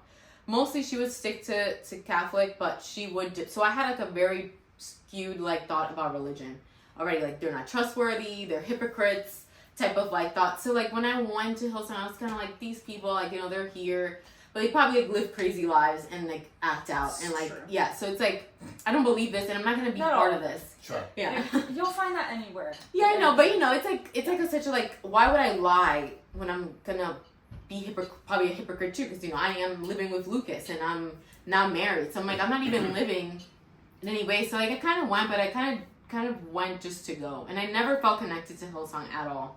I always complained now with Lucas. I'm like, I don't like this place, I don't trust the people, I don't trust the leadership. So it was very hard for me to be there and kind of surrendered to God because I had all these criticisms in my head about just religion in general. So then when we started going to this Christian counselor, I was like, you know what? It seems like this is getting worse than better with adding her to it. And I'm like, we're adding this third person, but I'm like, why don't we add God as not the third person, but whatever. Why don't we add him as our third, He is a person. I know, but I mean, like, in the way of, like, third person, it kind of sounds bad to put him. I mean, Sure. he's supposed to be in the Was middle. she not bringing up God or the Bible at all, even though she was a Christian? She kind of would, but not really. Like, she would just talk about, like, going to church, and she went to her church, and she would talk about that. I think she just went to like a liberal black church. Yes. That was not like, we take this stuff seriously. Yeah, Right. she kind of also, I think that she had a big problem where, like, she didn't know how to work our relationship because we weren't married, and we already had kids, and we're sleeping together. Because she would bring up, like the pre-courses that they do before you get married to see if you were, like, compatible. Yeah. Like, she would bring that up a lot, and she made us take it while we were already married. So it's, like, kind of the stuff that she was bringing Were you in. guys compatible? I don't remember. I remember she made us do, like, the disc stuff. Is it disc? Is that what it's called? There's disc. I don't know if that's the one She made us do, like, something like that. I don't remember exactly either. And we talked about the love languages and stuff like that. But, like, nothing was really helpful, to be honest. Like, our problems were very serious. Like, she didn't bring... That's how Moses married his wife. Out of the daughters, they did the test. You know, like, she didn't bring any, like, biblical, like, understanding to our relationship. Now, thinking about it now. That one. I want that one. So it's like very simple. It was kind of very secular stuff. It's like, Yeah. or is like your personality is compatible? Like, what kind of God. signs are you? Kind of like in that way. Like, Oh my God. she didn't bring up the signs, but it kind of was that. It was like, are you a Virgo? Like, is it like? It felt like more of So that. she was like trying to figure out if you guys were compatible in the first place instead of helping you guys with the union that you. I didn't think you know, thinking about it, I don't think she believed that we were gonna stay together. Yeah. Because she was like, Sounds I remember like one time she was like, I have like already like this assumption about you guys that one of you guys is already like thinking about leaving. Mm-hmm. She said that, like, I remember that. and like when she said that, I'm like, so then you were working with us but really not thinking that we're gonna. So like I was very against therapy in the first place. I tried out for Lucas's sake because he really believed in therapy. I did not believe in therapy. I was uncomfortable also talking to a stranger Just real about our quick, problems. I wouldn't say I really believed in therapy. I had no idea what to do. Okay, We didn't have a church where you could go to the pastor and say, counsel me. Yeah. We didn't have any believers in our life. Yeah. Or, I mean, you know, your mom was divorced and doesn't speak English. My dad wasn't really in our life, and he is from a failed marriage. Yeah, that's so true. I didn't really have anywhere to turn. Yeah. And I'm going to do another sidebar. Tara and I debate about this all the time. People, stop moving around. Stop moving around. People's lives get damaged when you move around. You should stay planted in a community. Think about Adam. The first territory the Lord gave him was a garden. And when you have plants and trees and you're constantly uprooting them, none of them are going to do as well when you plant them somewhere else, a new place. I'm indirectly kind of giving you a hard time. But generally, I think it's a better idea I don't disagree with for you people in to that. stay in a community for, I'm going to say something radical, maybe your whole life. And not just for, 5 years, 10 years. Like, yeah, you're kind of sick of you people. I'm out of here. I'm going to Westchester. I'm going to Jersey. I'm going to whatever. Tennessee. No, we kid about this kind of. But so like, right? Like, again, the Lord made us political people. Marriage being, the first political environment with government, but it extends wider than that. And when we have people who have to just kind of function like an atom out in space, it makes life a lot harder than I think the Lord wants it to be. Mm-hmm. Right? Like so that's it. Whatever. I'm gonna drop it. But just it's food for thought on. I totally agree. On community, and I know. I'm just gonna push back a little. Push. Push. Like, for instance, when we think about our pastors, for one, like, they were in Washington and God called them to New York City, like, for such a time as this. And Abraham, like, God called him out. Like, he didn't exactly know why or where he was going. Like, so it's bad when you're just moving around to escape or like moving around to because you're tired of people or whatever. But I do think there's a difference between really sensing the Lord calling you somewhere and just being. I think moving is so important. You should have several confirmations. I agree. Not just like, oh, I saw Tennessee Road when I was walking home, and that's a sign. No, I totally agree. But like, I mean, like pastoral or prophetic confirmations. Totally agree. So again, like, I give Tara a hard time just to test her to make sure this is legit. I also pray. I'll be honest, against her wishes to go to Tennessee. I pray about it. But the Lord's going to judge between us, and we'll see who was right and who was wrong. I can always come back. Okay. Yes. But I do think it's not. It's good to have It's not a sin to move, but I do think it's optimal for Christians, for the church, for society, for culture, for people to be grounded in together and in a community. So when there's a young couple that are lost, and people in our lives, right? Like my father didn't take that very seriously. Her father didn't take it seriously. So anyway, whatever. Yeah. So we didn't have anybody. Yeah. to So go to. so all of that to say, I didn't the believe therapist. strongly in therapy. It was sort of a desperation. Sorry. Yes. Sorry. Thank you. I misspoke. Thank you. It's okay. Therapy is not so whatever. So she. Are we running too long? I think we're running too. Here, just pause really quick. I just want to make sure that this is still. Okay, we're only at an hour 15. Okay. So. This is a free-form combo. We can sure. talk. Okay. Yeah. So yeah. So she was. I think she was just bringing more issues into our marriage than helping us. So I was like to Lucas. After one session, we were like arguing the whole time, and she's just like, I just can't deal with it, basically, and was just like, we're just gonna end. And then, like, I was like, Lucas, like, we need to put God in the center of our marriage. Like, that's the only way this is gonna work. Like, this is not gonna work unless you put God in the center. And when I'm telling this to Lucas, by the way, I had no idea what I was talking about. I just thought, like, this is what I have to, like, this is what we have to do. I didn't know exactly what that looked like to put God in the center of our marriage, but I'm like, this is the only way. Like, we can't add another human being into this. Like, that we had around. Because, at the time, I never also had a relationship with, like, oh, I can talk to my pastor. I never had that in my life, so I don't even know how that worked. Yeah. So I'm like, right now, we don't have anybody. God is the only person that we have, like, in our lives that we can put in the center. That's what we have to do. And then after that, we just, like, canceled it. We told her, like, we're not going to do this anymore. And literally, like, I don't know, something did switch because our life did become more at ease after that day. Like, we started working towards, like, our relationship even in better ways. And we weren't, like, bickering so much after that. Not that we stopped bickering altogether, but it was gradual. It was like literally like better. Like, I don't know, we just like literally let go of her in our relationship, and it got so much better. And we were pregnant with Amara by this time already. Like, I think we were like at least a month and a half in when we stopped like doing the sessions. And then so then we started talking more seriously about marriage. I remember like this Jewish, right? Jill's Jewish. Jewish woman at Lucas's job was like, you should be embarrassed that you call her like your baby mother. Like, what's wrong with you? And she took me out to get ring shopping, and like we did all that, and I gave Lucas like, this is the ring that I would like, and God then bless that Jewish woman. yeah, God bless her. She was she. May she accept Christ as her Lord and Amen. Savior. Amen. She'll accept Christ. I think she if you're unfollowed me watching on this. Instagram. Oh, Maybe she did. Okay. I'll have to check. Maybe she didn't. I don't know. Anyways, the point at the time, she was whatever instrument The to Lord used Babylon to judge the Jews. The Lord used Jill to judge me. Yeah, she did. She was very judgy. She was like, what is wrong with him? So whatever. So Lucas about the ring. It took him a while to propose. The ring did sit at his desk every day. It haunted me, that ring. I would Did you try just to. need the perfect moment, or like? I got it. I didn't like. I'm not a planner. Okay. I am a guy who just takes action. So like I was like, all right, like 2-3 months before I said, okay, like I've got to do this, and we were poor then. We're poor now, also, by the way. So excuses about rings and weddings. The money came in. Someone Just get married. Someone. This isn't critical. Someone said, I loved how modest Maggie and Derek's wedding was. And okay. Did I say that? I think I said that.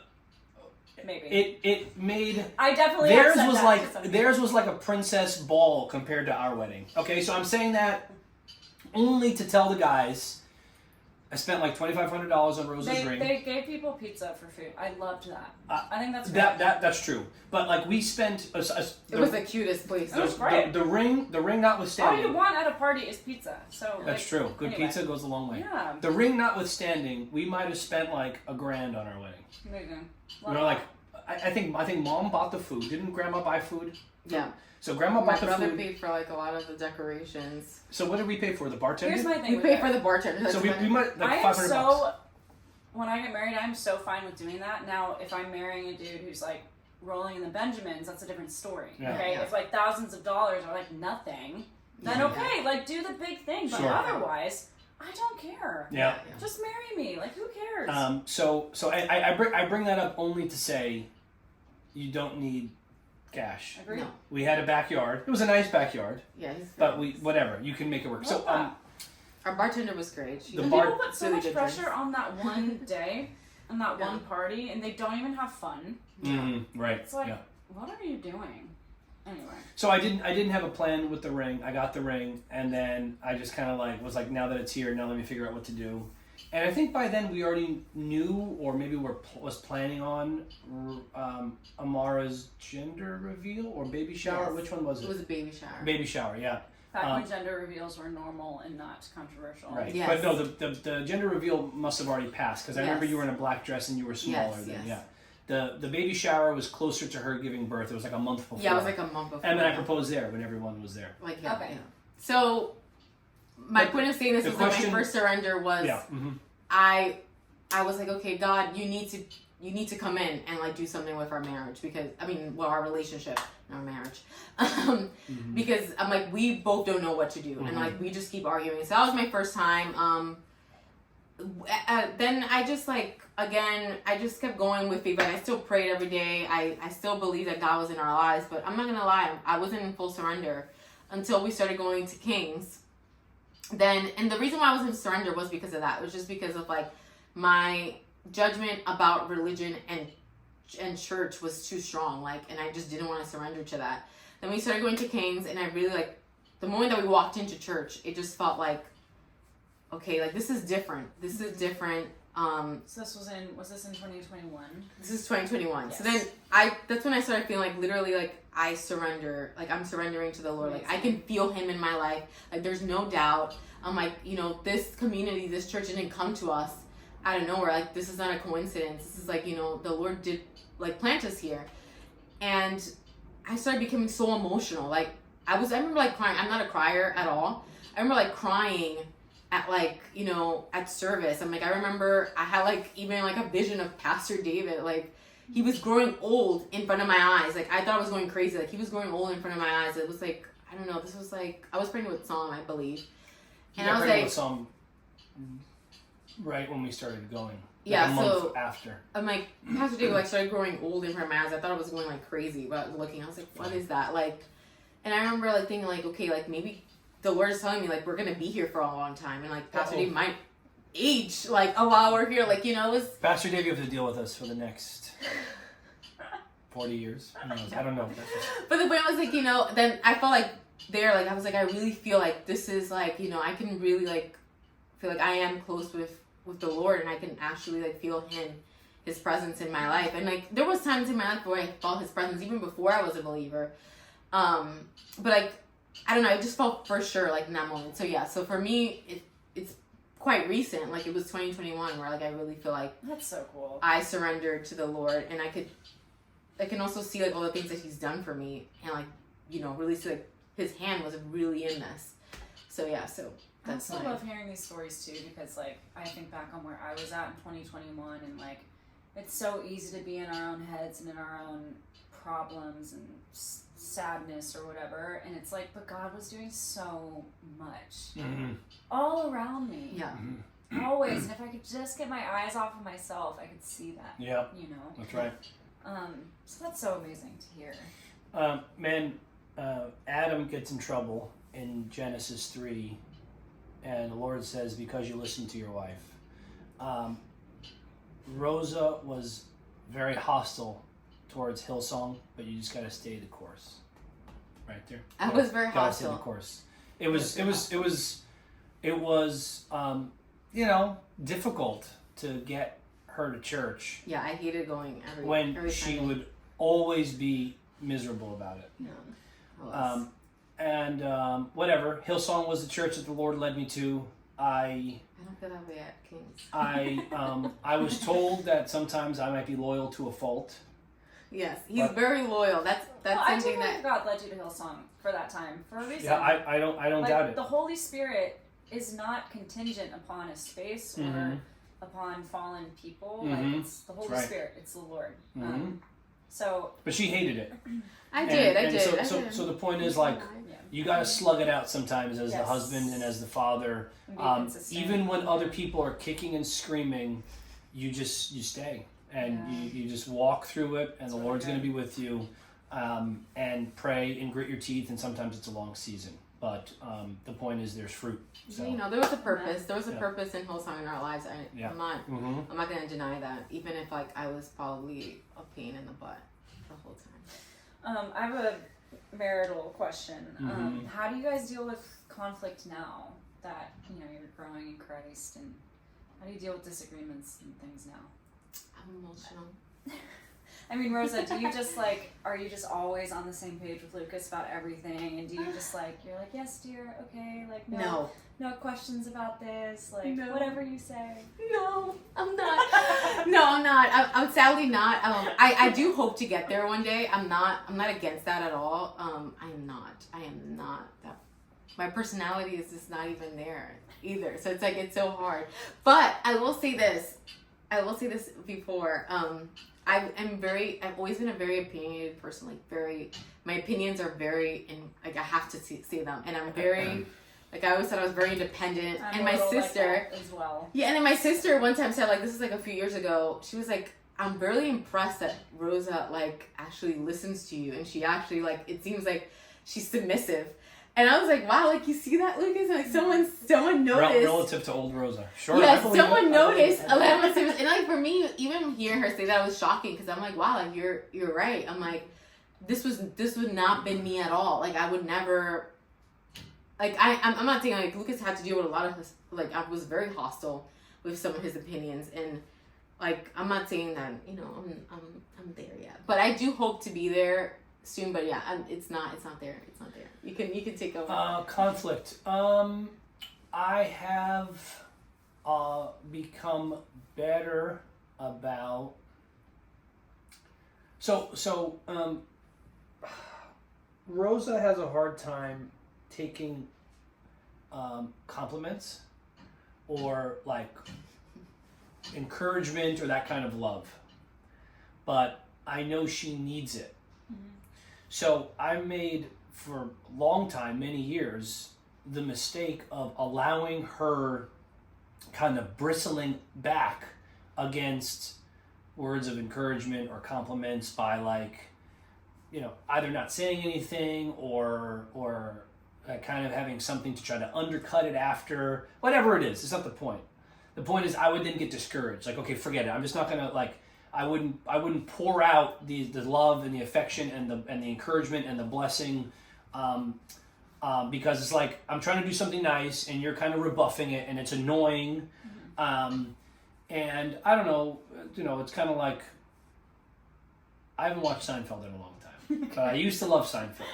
It's a great And show. George Costanza, I think, or is it Jerry, says when you're ending a relationship, it's kind of like knocking over a Coke can. You have to give momentum.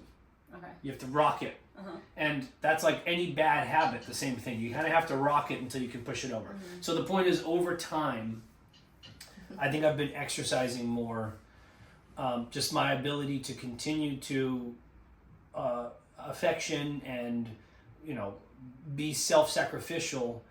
And I think sprinkling that kind of love and peace when a moment of conflict comes, it makes it easier. Because I'm not going in with any other built-up hostilities, which then helps me stay very focused on whatever the one thing is. And, if it's an emotional moment, people can get off topic very quickly. Yeah. Switch to, you said this way, or things can change very fast. And when you go into that with no baggage, it's a lot easier to stay calm and just focus. And sometimes I kind of have to just end it. Like, this happened not long ago. It was like, okay, I'm not sure what happened, why all this noise is happening. We're gonna end the conversation now. This is what I see, and that's the end. Like, no action was needed necessarily, but controlling your emotions is key as the husband. Like, you just have to control your emotions, and I think that's just like in the moment. But going into it, don't the less you can not hold anything against your wife, it makes it easier, because then your judgment gets clouded with the other stuff. Totally. And you can just kind of like start kind of doing that, like bringing up other things that are not related, which is just so dumb.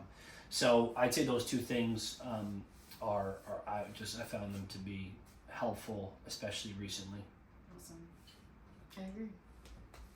Well, also, like, this was great. Do you guys have any other like pieces of advice to give, or? Yeah.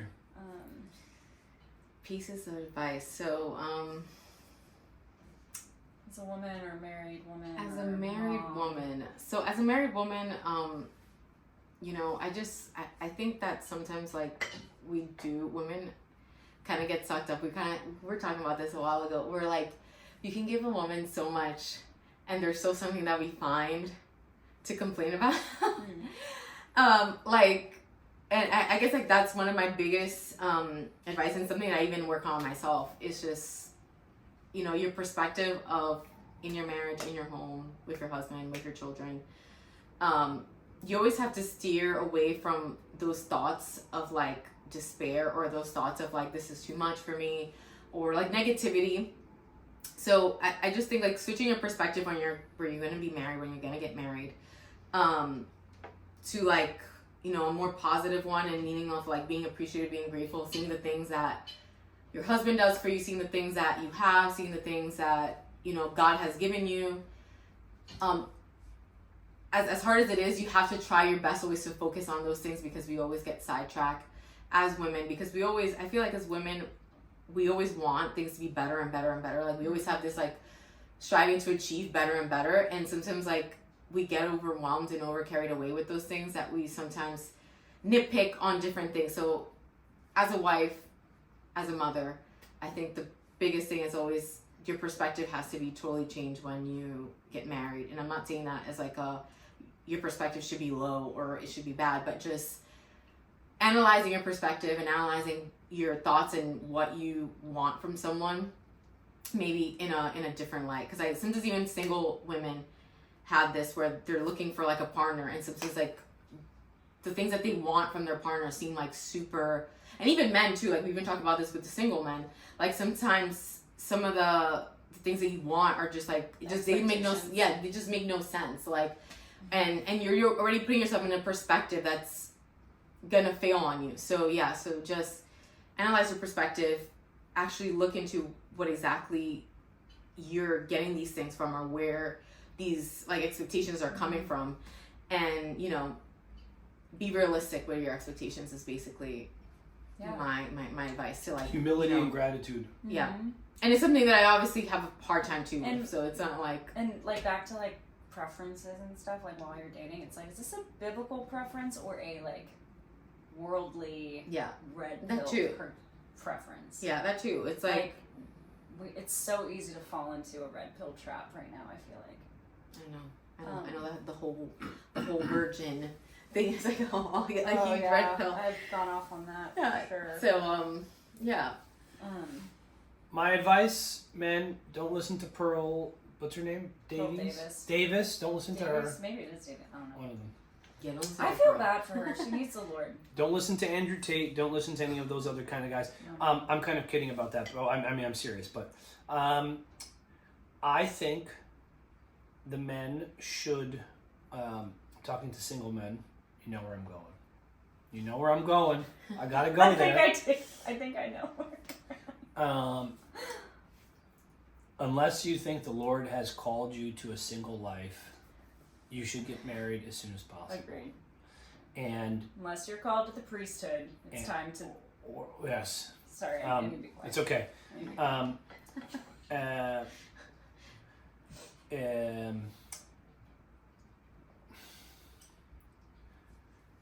If you are surrounded by several women of a similar age, you should be able to find a woman that is dateable and within short enough order marriageable, because it's just how we were made.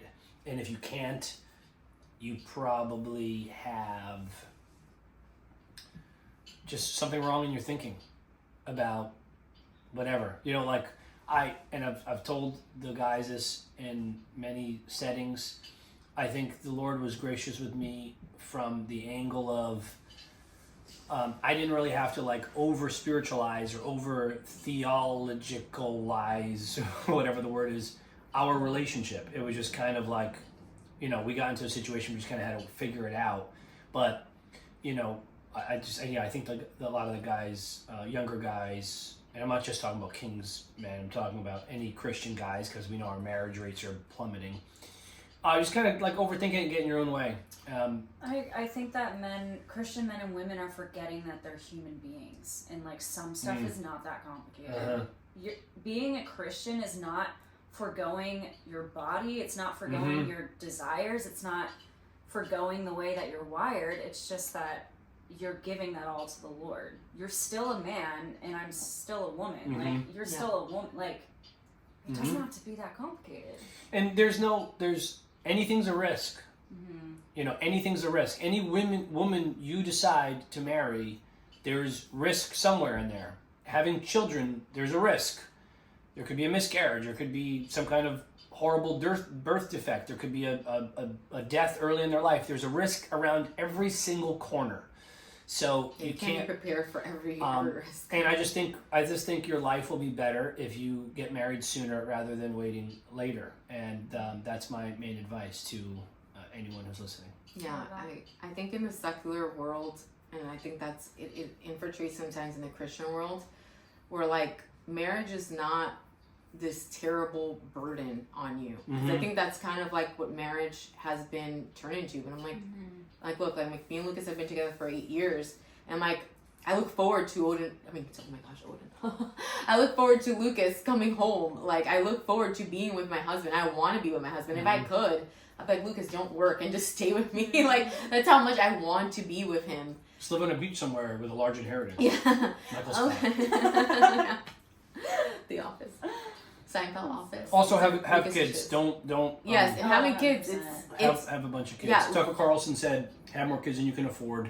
It's scary, it's painful, but I wouldn't give up any one of those kids for like a bigger apartment or more money or nicer clothes or a better car or. Yeah, God designed like this beautiful gift for you. God designed this gift of marriage and children for you. Like it is literally a gift. It is a responsibility, but it's also has so many good things. So most people are supposed to be married. They really are. Yeah. Most people are supposed to be married.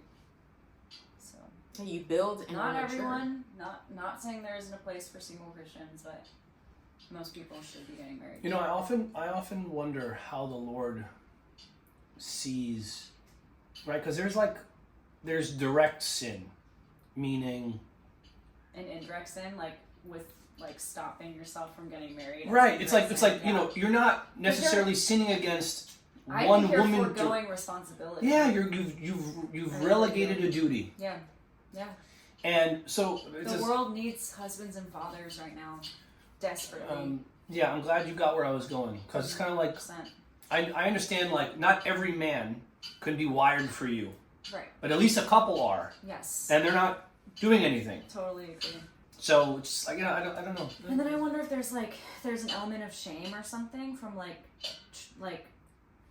past sin or like current struggles that you're not fully delivered from. Like maybe there's this unrealistic idea that like I have to have all this stuff together before I bring a woman into it. There is a strain of especially sexual purity that's expected that the men put on themselves before marriage. And I mean, I think that's a great thing. If you're like, you know, I don't even look twice at another woman, and I'm single, and you know I haven't watched pornography in X amount of times, and masturbation, all that stuff is totally gone. That's a beautiful thing. but like waiting to move your life forward Yeah. because you're fighting against something, I don't know. I mean, I guess more of like a pastoral question, but I wouldn't advise a guy if he says like, I still like masturbate and I don't want to do that.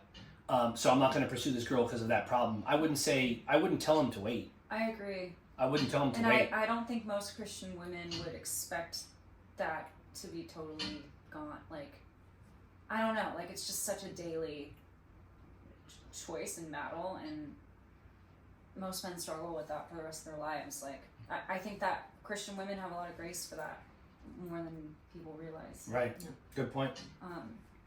So I don't know what it is. I'm praying for God. Like, I really believe that in this time, like, God is bringing people together who need to be together.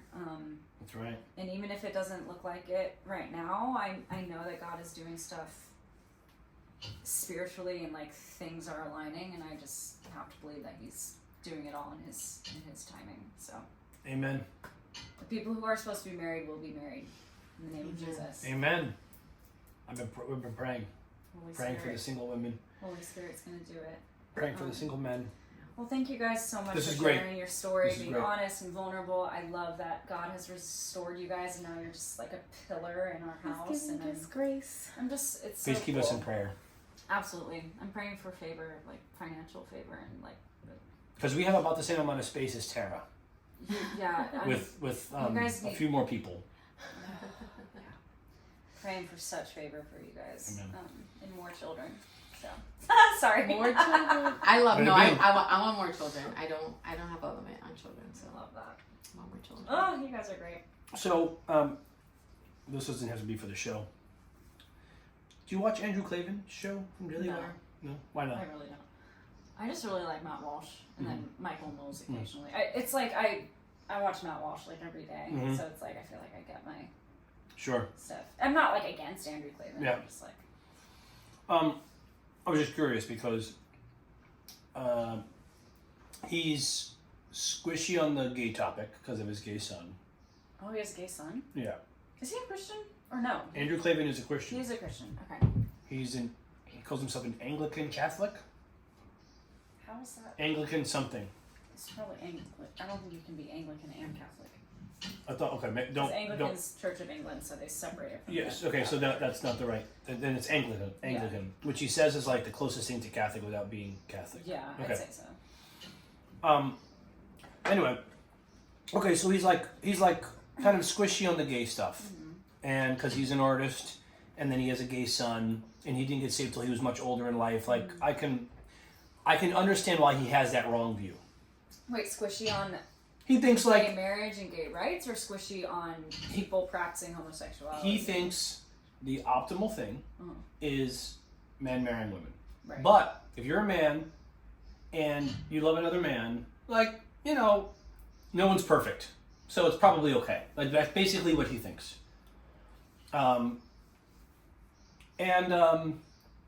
I know he's wrong, but I think I can go to church with someone like that. You can. I think I can. Yeah. I would hope he'd be at a church that would be like correcting his wrong think, But so he had an episode yesterday, and he brings up Candace Owens and her leaving, and I don't really care that much about that topic, but he said something that I was like just so disappointed at or by. He talked about Jordan Peterson and Ben Shapiro, Yeah. and basically said these men do such good things that the fact that they don't accept Jesus, like, oh yeah, I don't think God's gonna care about that. They're probably fine. That's what he said? Yes, Yeah. like almost verbatim. Okay, well, that's not good. And you know what like really irks me about that is both of Ben Shapiro and Jordan Peterson, very influential men, and I want everyone. Jordan is so close. Right. And even the way he said it, like it seems like he's. And his wife just became Catholic. She's like praying every day. Like she's. Is that so? Hardcore. Oh, it's just a matter of time then. Oh yeah. It's just a matter of time. He's so close. And I'm sure Probably going to be through the Catholic Church, so Protestants need to chill out. Anyway, still a Christian. I'm happy with that. Yes. And we should be. I'm still tense about the word apostate. I get it. Okay, I get it. If you're gonna call me apostate and then try to like dance around the nuanced definition, like apostate from the church, not apostate from Christ. Okay. Yeah. Okay. Fine. I'm cool with that. I'm not even Catholic. Guys. Yeah. This might not make it. But like you are a sound-minded man, older, someone people would theoretically look to for wisdom and for advice. And you're around two of the most influential minds in all of conservatism. And you have the chance and you think I'm not going to evangelize these guys. Like it's really bad. What a waste. It's a waste, and God is not happy about that. So anyway, Bishop Barron did something recently who's too. That? He's a famous Catholic bishop. Okay. But he said something very similar to Ben Shapiro as well. Like basically not being honest with Ben Shapiro. Oh, I did see that clip where it was kind of like, it's not optimal. It's like you're not optimal, but like you're probably okay. It's like no, Ben Shapiro will go to hell if he does not accept Christ. That is what we believe. That's what the church believes. Like that's what Christians believe. Like why would you not tell him the truth? No. Like Ben Shapiro's on the right and he believes in free speech. He's not gonna kick you off the show. Tell him the truth. Andrew Klavan literally said, if Ben Shapiro converted, it would cause devastation in his family and life. And maybe that's true. Wait, Ben's family? Yes. Like maybe that's what Jesus said. He said, "I'm here to turn mothers against their sons and sons against." That's the same thing I told her when I heard that. But let the chips fall where they may. He came with a sword. What a disappointment! It is disappointing that you have such an opportunity. It's very emasculate too. I'm like, good point, dude. Good point. Like, why do I have more gumption than you do? Is my question. I'm just like. Anyway, keep Daily Wire people in prayer. Absolutely. I want to be better about, praying about our elected officials. Pray for all of them. Praying about, And we need more Christian media. I think it's great what David's called to do with Lucid. Like we need more Christians on the front lines with this stuff. We need Daily Wire needs to be one of them. Like we need more. You know what I mean? So. And that's part of the reason. We need Metal Magnolia. Okay. That's what we need. A whole show. That's why I've been leaning towards Michael Knowles. Yeah. Because I think he's the only one there who actually professes what the church believes. Andrew is too squishy, as I just explained. Matt, I think, is kind of nominal, and is kind of like. I think he definitely believes what the church believes. I think that maybe Michael is more. He talks about theology more than Matt does, and he's also just a little bit more nuanced in the way he speaks. Sometimes a little kinder. Sometimes Matt's policy prescriptions don't really seem to line up with the word to me. Like what? Example? Is execute drug dealers, and I'm just I'm not sure that would be the Christian response. I see. And there are other examples if I had a minute to think about it, but I think he would argue if you look back on Christian Europe, we would cut people's hands off for stealing. Yeah. Because God takes sin seriously, and that kept people from stealing. Yeah. And drug dealers are killing hundreds of thousands of people. Yeah.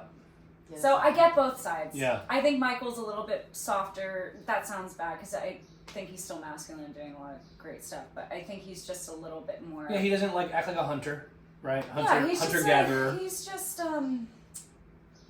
He's more like a sophisticated. Yeah, I understand. I like them both. But I get where you're coming from. So anyway. Yes, we must pray for everyone called to these spaces and our elected officials. More of these more Christian spaces and elected officials. Absolutely. Thank you so much.